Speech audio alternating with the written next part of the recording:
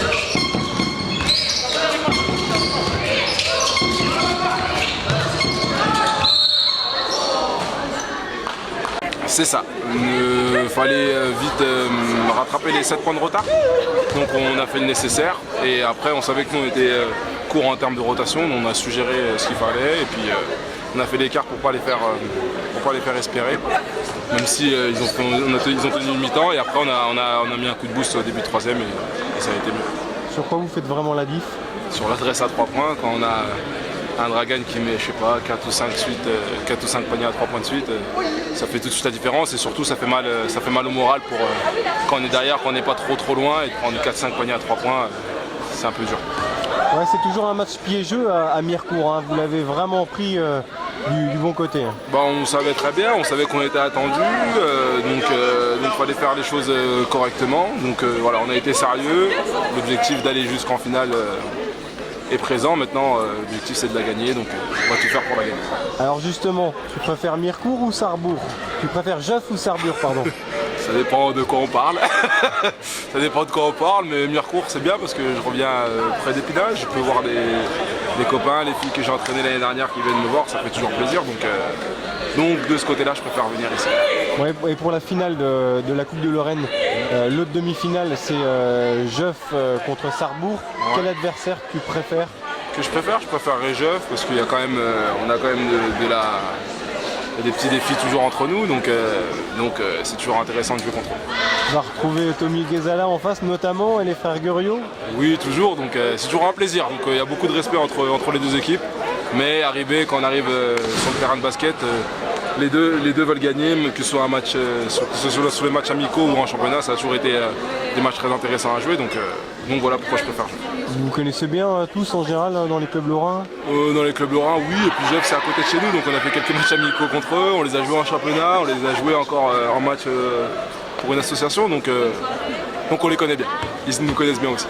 Bon, le bilan de Sainte-Marie-Metz là est correct, hein, on en avait déjà parlé face à la réserve du Jet 2. Est-ce que tu re-signes la saison prochaine? Quel est ton avenir? Bah, normalement oui, je devrais rester à Metz, donc voilà. Pas de velléité d'aller voir ailleurs? Tu es à l'écoute des offres? Pas plus que ça. Moi je suis bien à Metz, je fais autre chose que le basket aussi, donc ça c'est très important pour moi, donc je suis plutôt content. Donc il n'y a pas de raison de regarder ce qui se passe à côté. Sauf si on veut pas de moi, mais apparemment on veut de moi. Donc. Tu fais quoi? Tu t'occupes des jeunes? Je m'occupe des jeunes, je passe des diplômes, donc d'éducateur sportif. Donc je vais commencer à avoir une activité, donc c'est plutôt intéressant. Tu penses à l'après-carrière avant tout, quoi? Ça fait déjà bien longtemps que je pense à l'après-carrière avant tout. Donc voilà, je suis mon chemin pour atteindre mes objectifs.